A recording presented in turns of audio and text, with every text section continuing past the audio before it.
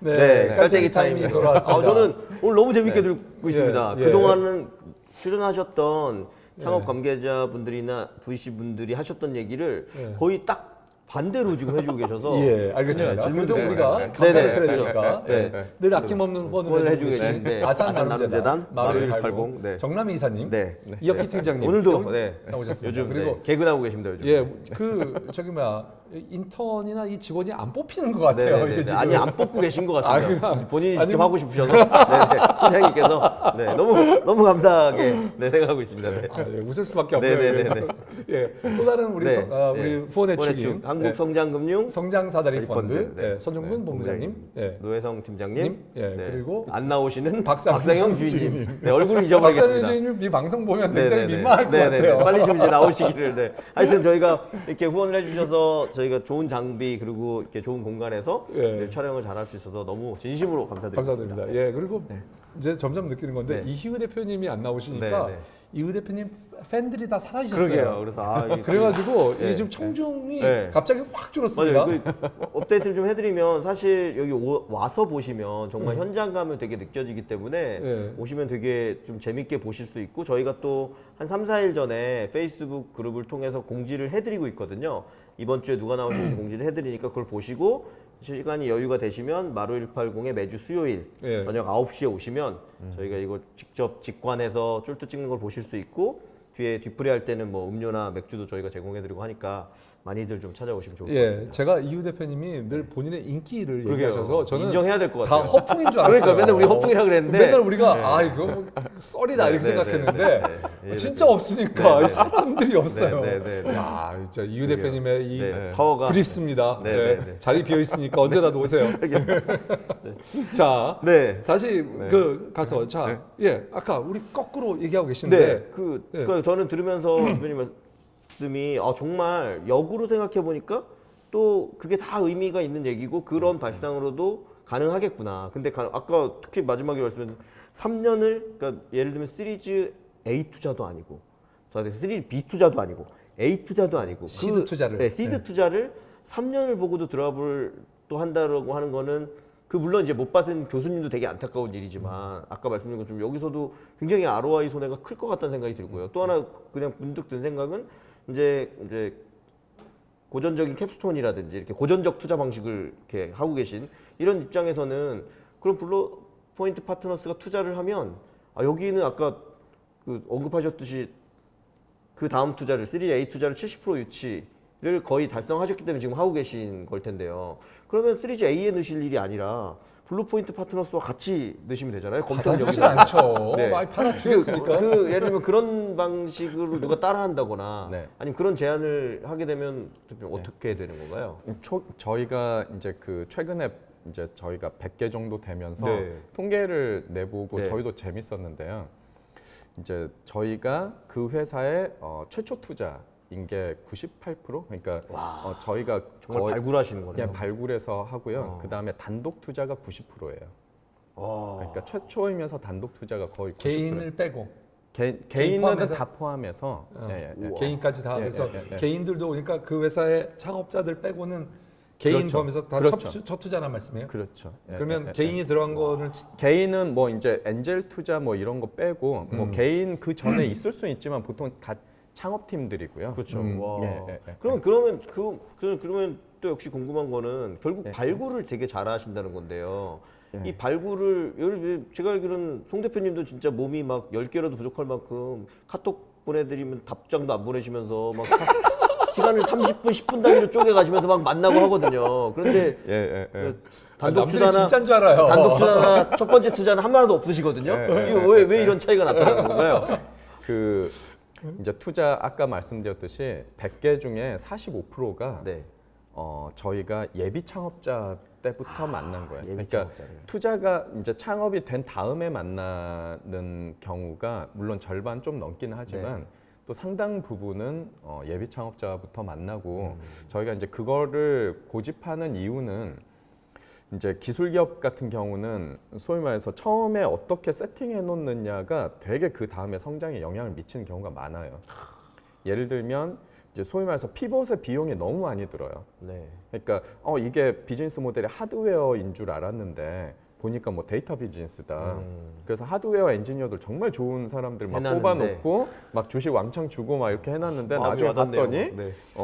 이건 데이터 비즈니스야. 그러면 네. 이제 정말 그 경쟁력이 약해질 수밖에 없잖아요. 그렇죠. 그 로켓으로 네. 쓸 수 있는 주식을 네. 되게 잘못 배분한 그렇죠. 거잖아요. 그래서 그런 것들이 아예 처음부터 이거 할 때부터 시장에 어느 시장을 들어가야 되고 뭘 이렇게 핵심으로 삼아야 되고에 대한 고민이 있어야 그 다음에 나중에 좀 이렇게 보완 가능한 네. 수준으로 네. 실수는 하겠지만 네. 그래도 좀 보완 가능한 수준으로 만들 수 있어서 그걸 이제 계속 반복 경험하다 보니까 네. 오히려 예비 창업자 때부터 네. 같이 이걸 얘기를 해서 하는 게 수고스럽기는 하지만 오히려 밸류적인 측면이 더 커진다라고 이제 경험을 하게 돼서 그러면 또 역시나 그 이어지는 질문으로 그러면 모든 VC들도 그렇게 의미 있고 상장을 잘할 것 같은 예비 창업자를 만나고 싶어 할 텐데요.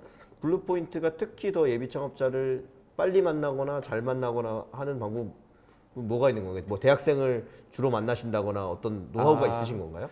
솔직히 저희는 발굴을 잘한다고 생각하진 않아요, 실은. 네. 왜냐하면 발굴은 정말 다른 하우스들도 너무 잘하고 송 대표님이 계시고 잘하시거든요. 예. 너무 제가 아니, 아까 너무 가만있어요. 연방하게 잠깐만, 말해서 이제는 뛰어드는 조금 말씀을 약간 깔다가 네, 지금 네, 이제 좀 약간 네, 그렇죠, 네. 아니요, 근데 잘 안 맞아요. 근데 우리 블루포인트 우리 네. 이용관 대표님하고 비교할 수가 없으니까. 네, 네, 네. 자, 예. 네. 예. 그 발굴 저희는 그냥 그냥 저희 속된 표현으로 고르기보다는 만든다라는 생각을 하고 있어요. 예.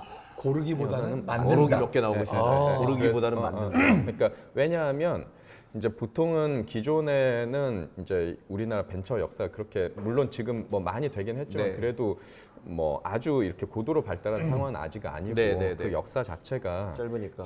이제 그래서 이제 주로 이제 뭐 자산운용이나 뭐 증권이나 이런 쪽에서 이제 어떻게 보면 그 파이낸스 쪽에서 접근해서 발전한 게 사실이고 그러다 보니까 이제 어떤 게 잘 성장할지 이런 거에 대한 패턴은 많이 학습이 됐는데 그 부족한 거를 보완해 주는 거에 대한 이런 노하우는 아직 좀 안 쌓여 있다라는 좀 생각은 하게 됐어요. 네, 네, 네. 그래서 저희도 이제 저희가 어떤 초기 투자에서 어떤 차별점을 줘야 되냐라고 고민을 했을 때 네.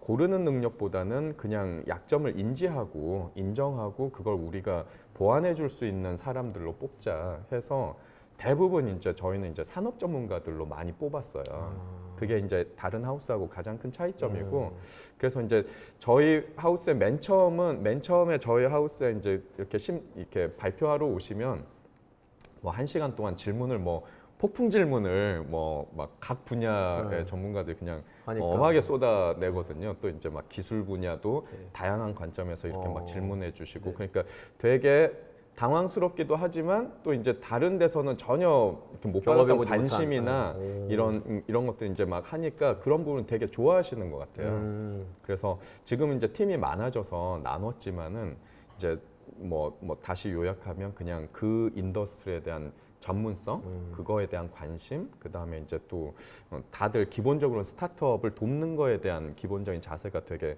좋아하는 마음이 있어요. 그러니까 이제 그런 것들 좀 느끼기 때문에 발굴을 다른 하우스보다 더 행사를 많이 해서 또는 어떤 채널이 좋아서 한다기보다는 일단 우리한테 오는 것 중에서 우리하고 핏이 맞는 거는 최대한 잘 케어해서 키워보자 이런 마음이 있어서. 예.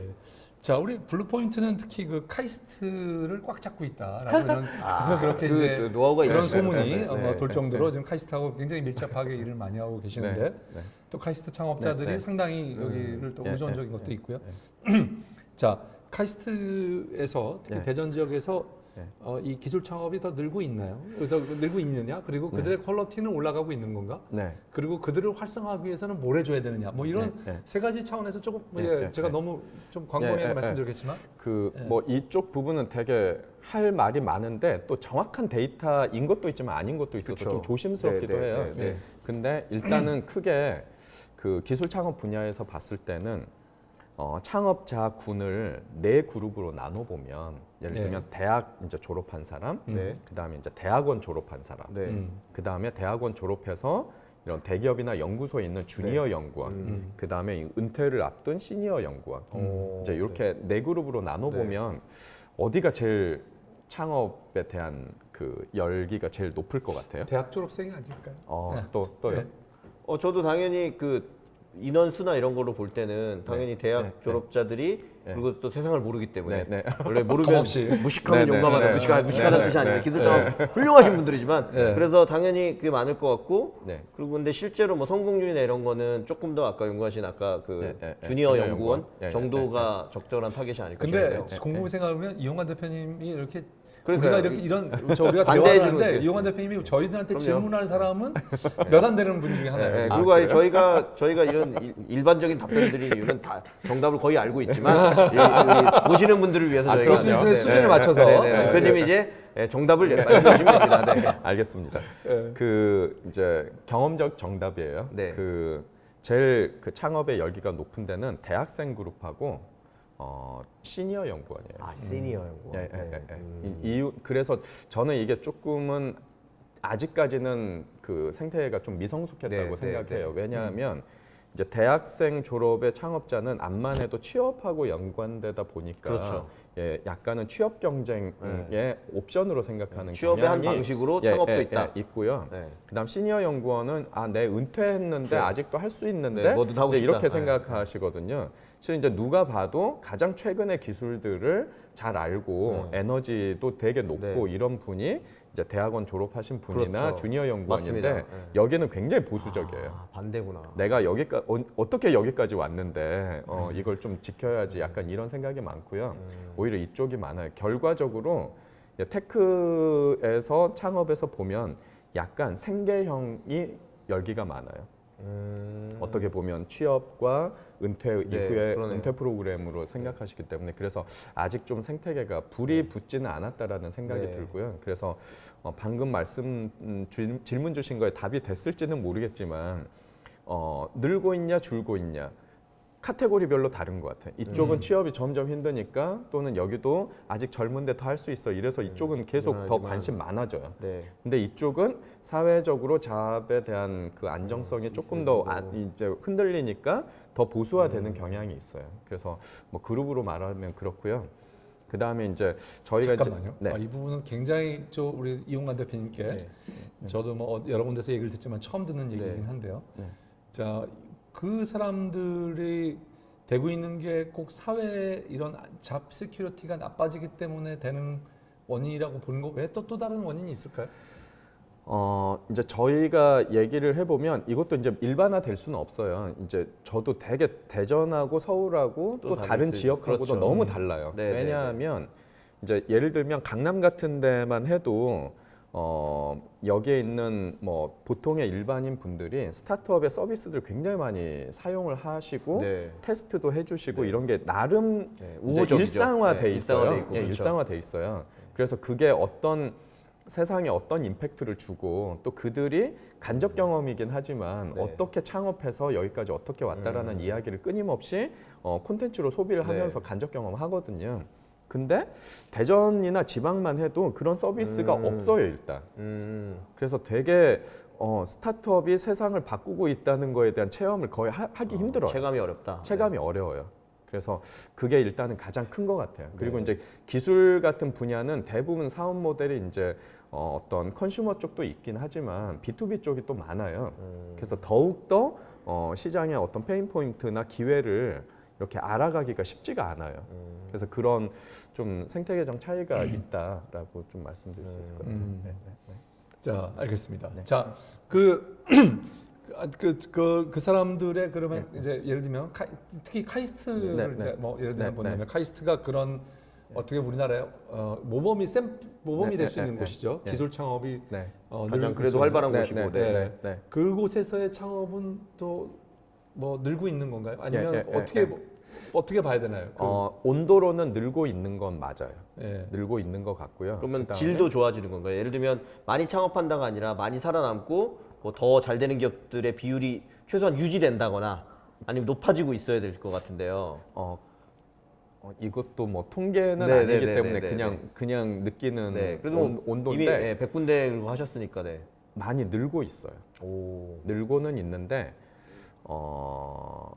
조금 그거를 이제 예를 들면은 그 결과가 되게 좀 빨리 보이는 것들은 이제 아까 뭐 커머스나 서비스 이런 그렇죠. 쪽은 네네. 좀 빨리 보이는데 네. 기술로 시작한 데들은 지금 굉장히 노력들은 많이 하고 네. 뭐 중간에 뭐 투자도 많이 받고 하는 네. 것들이 있지만 이들이 이제 결과적으로 성공할 거냐는 그렇죠. 조금 시간을 더 봐야 어울리다. 된다. 하지만 시도하는 것 자체는 상당히 많이 늘고 있는 건 네. 맞다라는 예. 저는 그러면 이제 그거에 이어서 그 말씀하신 것처럼 어쨌거나 그 지금 블루 포인트가 말씀하신 것처럼 그 되게 역발상으로 여러 가지를 하고 계시지만 가장 기본적으로는 이 기술에 투자하는 게 주이시기 때문에 그게 또 가능한 부분이 아닌가라는 생각이 드는데요. 그럼 이제 기술을 또 얘기하다 보면 저희가 그래도 또 이 쫄투를 거의 지금 9년째 해오기 때문에 막 굉장히 많은 트렌드를 막 저희도 막 MCN 떴으니 MCN이 다인가 보다. 작년에는 블록체인이 세상을 바꾸려 했는데 세상을 못 바꾸고 있어서 이렇고요. 그 전년도에는 또 AI는 공기다. 이 모든 곳에 AI가 스며들고 여러 얘기를 했거든요. 그리고 뭐 영원히 끊어지 않는 테마가 뭐 헬스케어다. 조금 더 보면 바이오다. 이런 얘기도 되게 많이 했는데요. 그 기술 분야들도 되게 많이 있잖아요. 그리고 트렌드에 따라 많이 달라지고요. 뭐 예를 들면 뭐 대표님이 보신 대표적인 몇 개만 좀 집어서 얘기해 주신다면 AI는 어떻게 가고 있고 뭐 저는 개인적으로 트렌드를 안 좋아해요. 네. 그래서요? 기술에 투자하시면서 트렌드를 안 좋아하신다는데도 그러니까 왜 그러냐면 솔직히 그 트렌드에 안 맞는 거기에 약간 못하는 아이템들이 오히려 더 기회가 많은 게 사실이고요. 오히려 트렌드는 이미 그게 트렌드화 된 거는 투자 관점에서는 조금은 뭐 VC 관점에서는 매력이 있을 수 있지만 초기 투자에서는 매력은 없어요. 왜냐하면 이게 그걸 트렌드를 쫓아갈 때쯤 되면 이미 투자적 가치가 많이 훼손된 성숙 시장으로 가 있을 경우들이 많아요. 그러니까 미래의 성장 가능성을 생각할 때는 더 올라갈 것보다는 경쟁이 치열해지기 때문에 그렇죠. 네.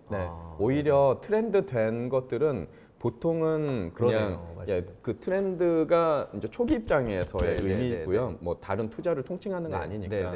그리고 이제 트렌드가 어느 정도 조금 지나면 대부분 일반화된 솔루션으로 다시 나오는 경우들이 많아요. 그러니까 예를 들면 AI도 뭐 처음에는 와 했다가 그러면 진짜 AI 알고리즘이나 코어 AI에 집중했다가 그런 거 이제 정리가 다 됐잖아요. 그렇죠. 그럼 어플리케이션이고 이건 나중에는 그냥 진짜 사다 쓰는 기술이고 오히려 좋은 데이터나 인사이트가 훨씬 더 중요한 걸로 지금 벌써 알파고 나온 지 이제 3년 만 3년 안 됐는데 저기 알파고한테 4대1로 진 게 그러니까 3년 내에 이렇게 빨리 변했고 이미 저는 AI는 이미 성숙 단계로 많이 갔거든요. 실은 초기 투자 입장에서 보면은 그래서 오히려 AI를 툴로서 받아들이고 빨리 하는 경우는 의미가 있지만 다른 인더스트리에 적용하는 걸 생각하는 게 오히려 더 좋지. 이 AI를 어떻게 따라간다는 것 자체가 저는 별로 초기 투자 의미에서는 좀 늦었다라고 생각해요.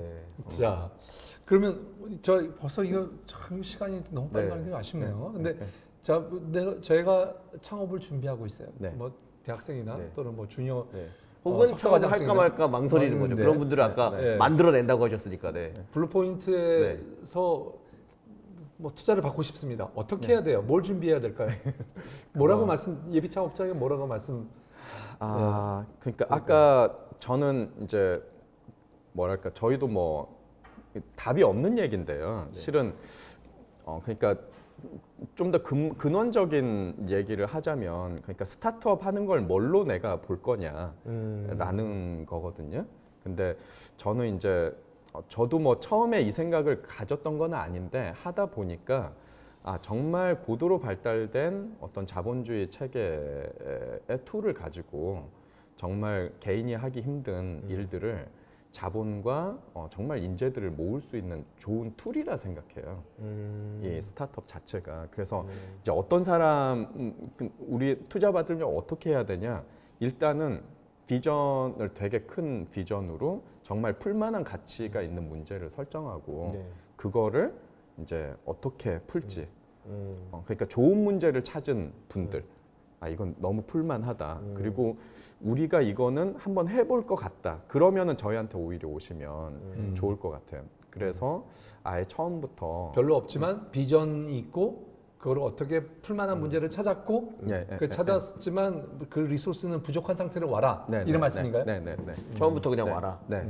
처음부터 그러니까 한두 명일 때 오히려 오는 게 더 좋을 것 같아요. 자, 그런 분들에게 뭐를 아까도 뭐 말씀하셨지만 뭐를 도와주세요? 어떤 방법으로 도와주세요? 뭐 물론 이제 그 마켓 핏을 찾는다라는 말씀을 하셨는데 대체 구체적으로 조금 더 말씀해 주실 수 있을까요? 예를 들면 이제 이런 거죠. 그 이제 저희가 투자한 회사 중에 토모큐브라는 회사가 있어요. 현미경 회사예요. 근데 어떤 현미경이냐면 그 살아있는 그 세포를 지금은 현미경으로 보려면 이걸 죽이든지 또는 형광 염색을 하든지 거의 죽을 뻔한 상태로까지 만들어서 막 이거 보거든요.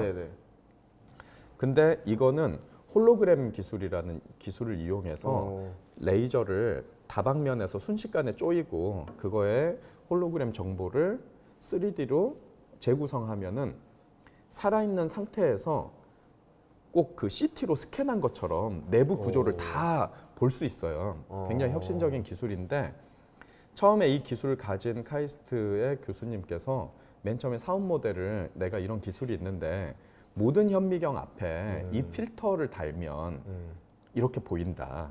그래서 이 필터와 그 컴퓨터 프로그램을 가지고 오셨어요. 그렇죠. 패키지로 팔면 되니까. 그분의 이제 그 모델 가정은 어떤 컴퓨터에 아니 현미경에도 붙이면 된다 이거였는데 그렇게 하면 전 세계 시장 먹어봤자 예를 들면 한 1,000억 정도. 그러니까 광학 컴포넌트 시장이 되는 거잖아요.